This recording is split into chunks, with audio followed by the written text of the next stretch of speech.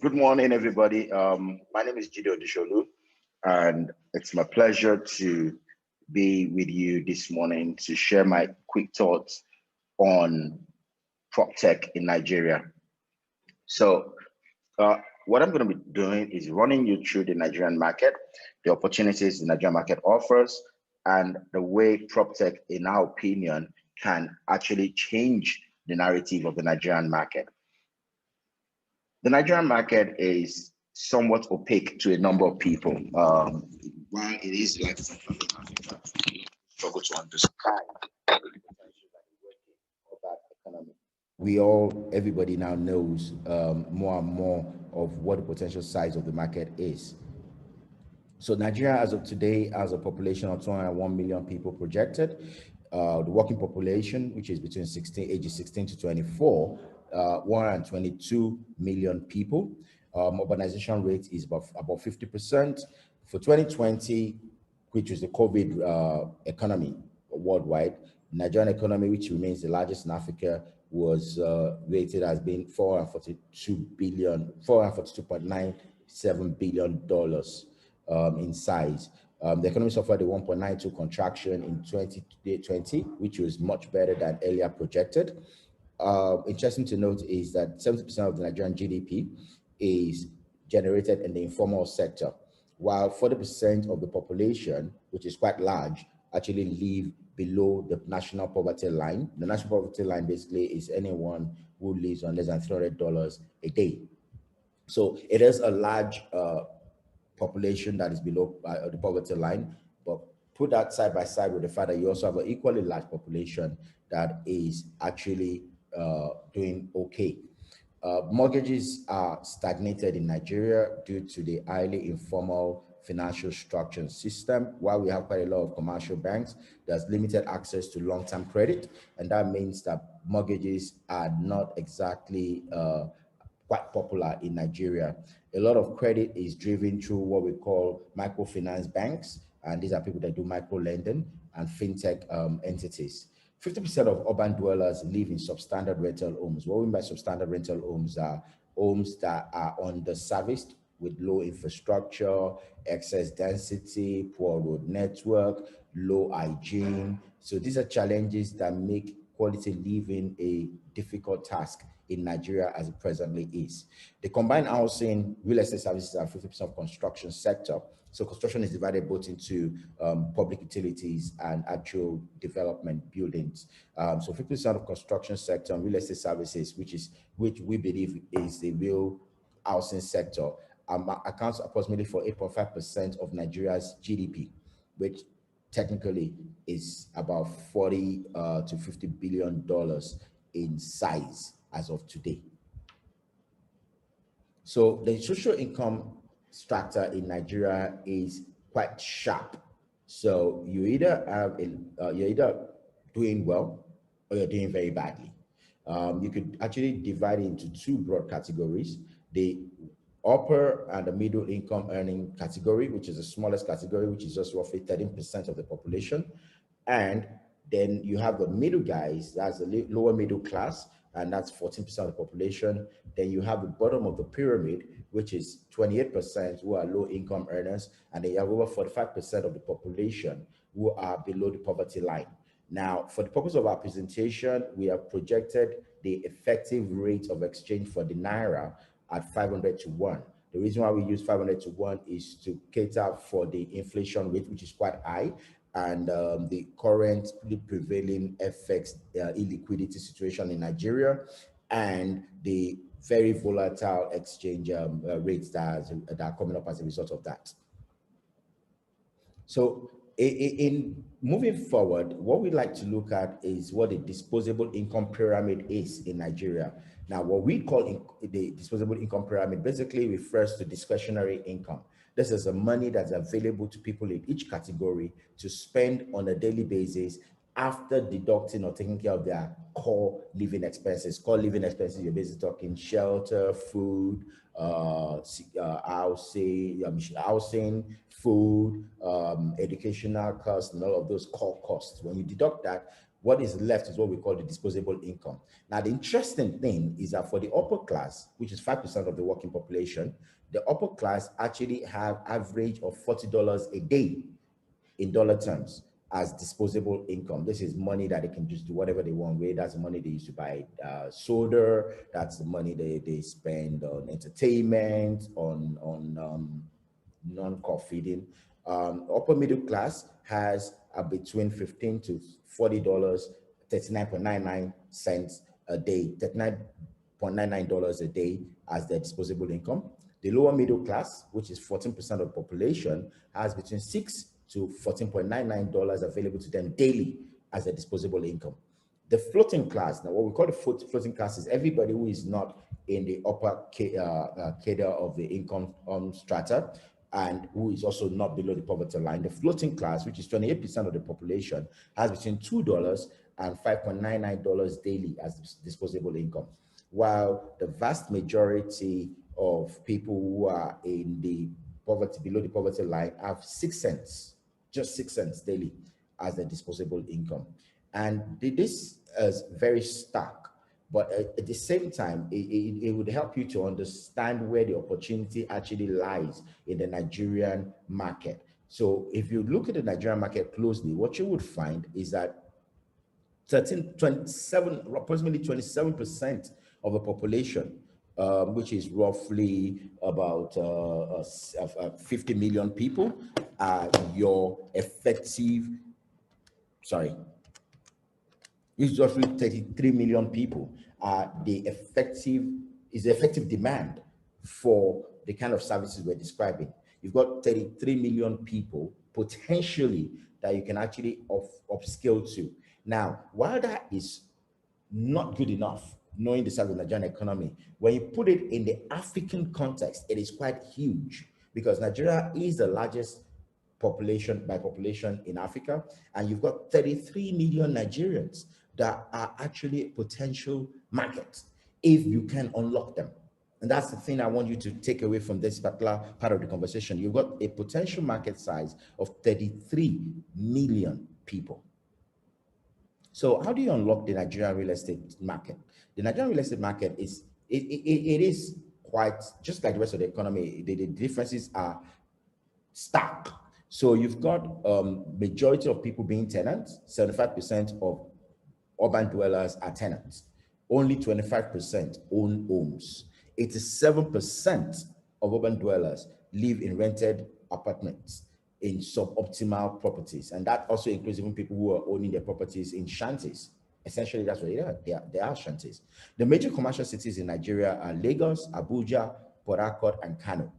And if you look at the economic profile of each of those cities, you find that Lagos has an outsized impact, followed by Port Harcourt.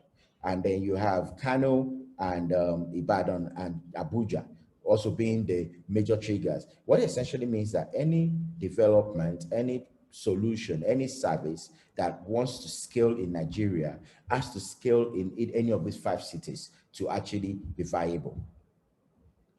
So the economic realities of housing in Nigeria, this is very, very simple. What it basically shows you is that approximately 10 million Nigerians have monthly discretionary income of above $500 a month. Now, we've said that as a trigger point because when you're talking about housing, you're talking about your monthly payment plans. This is the sweet spot. These are people who can spend about 250,000 naira monthly towards home ownership on a monthly payment plan basis. Approximately 19 million Nigerians live in homes priced around 20 million naira, which is $40,000. So if you're going to play in the Nigerian market, that actually should be your band. Homes priced around that number gives you the largest scale if you can make it work. And if they have access to flexible payment plans, 90 million Nigerians can actually afford such homes. The population density in Lagos, which I already mentioned to you earlier on as the largest trigger point in Nigeria, is 6,871 residents per square kilometer. Annual rent in Lagos for 85 square meter home, which is basically a 2-bed apartment, goes for about $3,000 to $7,000, depending on the location. 65% of Nigerians able to buy these $40,000, 20 million naira homes pay an average of $4,000 to $7,000 monthly, annually in rent to live in serviced communities. One common problem in Nigeria is that most homeowners are unable to unlock the value of their assets. And when you talk about unlocking the value of their assets, PwC, that's PricewaterhouseCoopers, did a survey where they confirmed that debt capital, this is trapped capital in residential real estate in Nigeria, is between 300 to $900 billion in value. That's money tied down that you can't unlock for various reasons, starting from titling to ease of transactions, to poor location, to disputes with owners. All sorts of factors basically trap that money and you can't unlock it. Survey indicates that most Nigerians are actually up for home ownership if they could be guaranteed that they will get the product that they're buying. A major problem is a lack of financing, long-term financing. When we talk about long-term financing in Nigeria, we're talking about 3 to 5 year money that is available to buy homes. Now, we did a survey and we asked people what the greatest sectors of appeal for investment are. And interestingly, these are the core sectors that most people in Nigeria tend to put their money. For the upper class, they tend to put money in stock markets, they tend to put money in bonds and into real estate. For the vast majority of the working class, they tend to put money into trading, into private business enterprises, target savings schemes, crowd investment schemes. Of recent, most of the millennials are into FX and Bitcoin trading, which is now been outlawed by the CBN of Nigeria. And there's a growing interest in fintech and digital solutions. Now, the most interesting thing is that for everybody would love to own real estate. We did a survey and 98% of respondents actually picked real estate as their preferred investment area of choice. But then the flip side, almost all of them, 99%, said the greatest concern they have about owning property in Nigeria is a lack of transparency. So it's a highly informal sector, it's underregulated, and that scares a lot of people. So they put their money in short-term investments because they're afraid of loss, because they're afraid of being defrauded, they're afraid of buying property that they find later is under dispute, and all sorts of challenges. Now, I did mention that the Nigerian real estate sector is fairly underregulated, but these are the major entities that have some degree of influence in determining policies that drive housing in Nigeria. Of course, the biggest is the federal government of Nigeria that sets housing policies and that actually certifies regulation authorities. You have the state government, with the Lagos state government being the major driver. It's the peer leader, when you say that in Nigeria when it comes to state government, subnational government. So most other governments tend to ape and copy whatever has worked in Lagos. Then you have Central Bank of Nigeria driving fiscal policy. You've got the Federal Mortgage Bank of Nigeria driving mortgage policies. You've got the Nigerian Mortgage Refinance Corporation, which is kind of like Nigeria's own Fannie Mae that's meant to do secondary mortgage refinancing. You've got a new entity called Family Home Funds, which was set up by the federal government and the Central Bank of Nigeria to reinvest in affordable and social housing and to deepen the housing stock in Nigeria. Then you've got two private entities that are also heavily influential. You have the Real Estate Developers Association of Nigeria, REDAN, which is the umbrella body for developers active in Nigeria. And then you've got the Mortgage Banking Association of Nigeria, which is also the umbrella body for mortgage brokers and mortgage banks active in Nigeria. In Nigeria, you've got approximately about 100 major developers who are active in real estate. Now, major developers for our purpose are developers who have a minimum of 100 homes already existing under their portfolio, or who have minimum land bank of 25 hectares. Now, these are the players who have acquired credibility, not just by their profile, but by their past track record. Because you did note, I said earlier that transparency is a big challenge. So these are the major players that you have in the Nigerian real estate sector as of today. So what's the outlook for real estate in Nigeria? We believe that with the young professionals and the millennials, who are the emerging market drivers, and essentially 50% of the Nigerian population, they have preferences for multi-living spaces, especially 1 and 2 bedroom apartments in major cities of Lagos, Abuja, and Port Harcourt. The continuing volatility in the FX regime has made a unique opportunity available and a unique window available for attractiveness of Nigerian real estate to the diaspora market. Real estate investments, particularly in mass affordable and middle income homes, which are less volatile and less exposed to inflationary trend, would actually continue to be viable. We believe that increased desire for secure returns is actually what is behind the successful performance of real estate despite COVID in the last 1 year. Now, we're convinced that increased market awareness and desire for solutions has fueled the growth of disruptive technology as far as real estate is concerned and has created a huge potential market. So, coming to the core issue, how can property technology impact the Nigerian real estate sector? How can it be a catalytic change maker for the Nigerian real estate sector? We believe that property tech, just as what has happened with telecoms when the telecom sector was revolutionized in the early 2000s, we believe that property tech has the potential of revolutionizing housing in Nigeria. Fintech is the current darling of the investment market. And we've heard so many good things about fintech in Nigeria, and it's only going to get better. We believe that the same is possible with property tech in Nigeria. And the emerging areas of greatest opportunity as far as fintech in Nigeria are concerned are property portals. These are the predominant sector where a lot of people are playing in the fintech sector now, property portals, virtual reality tours and 3D animation studios, crowdfunding and investment platforms for people to invest in micro scale in real estate, community management and facility management tools, co-living and flexible living applications, blockchain, AI, and smart home solutions. Now, these 7 areas are the key areas of opportunity currently in the Nigerian property tech sector.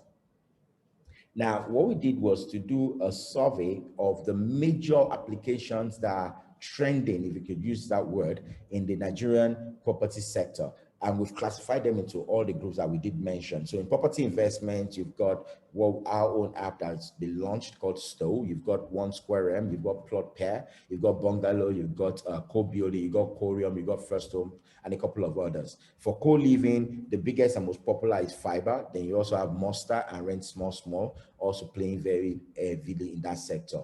For property and community management solutions, you've got Guest Pass, you've got Planet, you've got Gate Pass, you've got Shedler, you've got Resido, and you've got others that are also coming up. These are all applications designed to make FM easier for residential properties. For building construction, the 2 major applications that are active in the Nigerian market right now is iBuild, which is a solution to help developers to manage costs and do effective project management on their project, and 360 Human, which is basically a virtual reality tour app.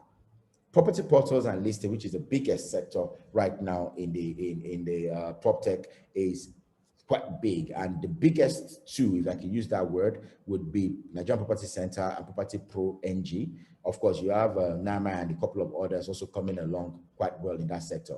For data analytics, you've got RIG, you've got Notcut, you've got Estate Intel, you've got Neighborhood Review. These are platforms that basically help you to actually analyze and evaluate various developments before you put your money inside it. Of course, the last sector that should be mentioned is the short stay apartment sector.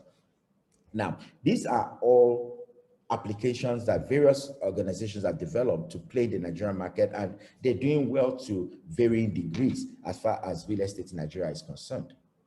So what is the impact potential for tech in Nigeria's real estate sector? To us, we believe that 1, it has the opportunity to revolutionize real estate transactions. Remember, I did say that transparency is a big problem. So with property tech, you can deal with issues of due diligence, you can make closings simpler, and you can reduce the risk of loss through litigation when it's properly engineered. We also believe that it would help to aggregate captive demand, because at the end of the day, demand actually is what we're all after. We want to get aggregated demand that makes it possible for us to make proper projections as far as the sector is concerned. We believe that digital is the new normal. COVID has actually fast-tracked that whole process. So you find that more and more developers are using virtual tours and relying on project management tools. And let me say this, Amazon has done a fantastic job of showing the pathway to follow, because Amazon has basically taken the old world and merged it with the new world and created products that everybody actually uses all over the world today. So we believe that real estate has a reputational deficit, and that's due to the lack of transparency. However, with use of Proptech.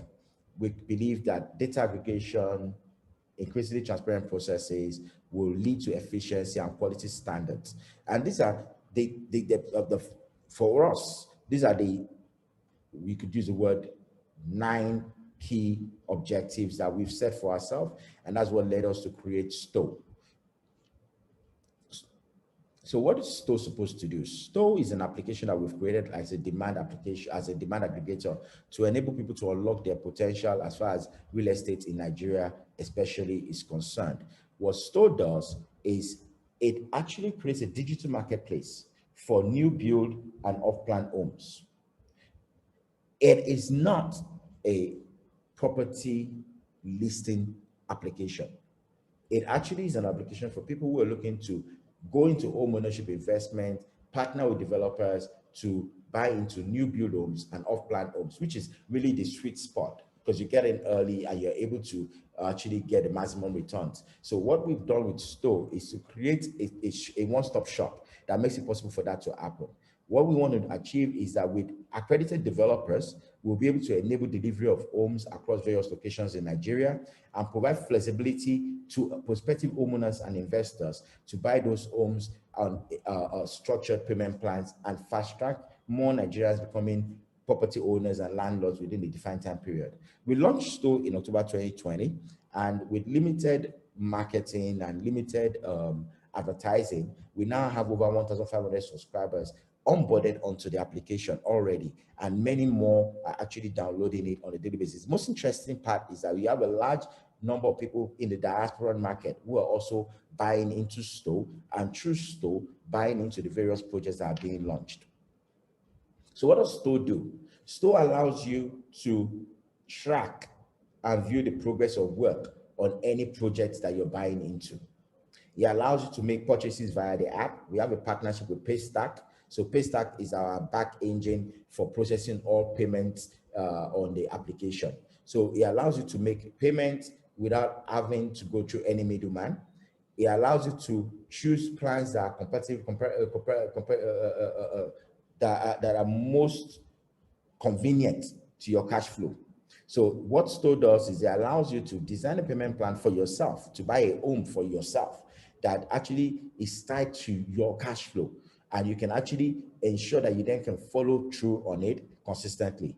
It makes e-documentation easy. So with STOW, all your documentation is done electronically, it's signed digitally, and until the point of exchange of keys, you actually do not need to engage with any human being. You can actually engage through the application itself. It also makes it possible for you to do self-eligibility assessment for mortgages, because what we've done is we have a back-end tie-in with Nigerian Mortgage Refinance Corporation's mortgage marketplace. So with STOW, you have a back-end that you can actually use to be able to process and evaluate yourself for mortgage plans. It allows you to track your own payment plans and to get reminder prompts. And at the end of the day, what it gives you the best is control. So you know what's going on in the project that you signed on to, and you can actually monitor it and ensure that if at any point you're not satisfied, you can actually stop payment pending when it is then resolved. Now, STOW has been made available both as a web portal at stow.ng and on the Google app, the Google Play Store and the Apple Play Store. Thanks for listening. I'm sure you would have a number of questions and you might be interested in getting copies of the slide. So if you check at the bottom of this presentation, you'll see an FAQ, that's a frequently asked questions schedule, that explains more of what we're trying to achieve with STOW, and that also makes these slides available to you. If you need to get in touch with us, you can also send us an email at info@25.co or call us using +234 700 006 2865. So it's been a pleasure sharing this morning with you. Thank you for your time.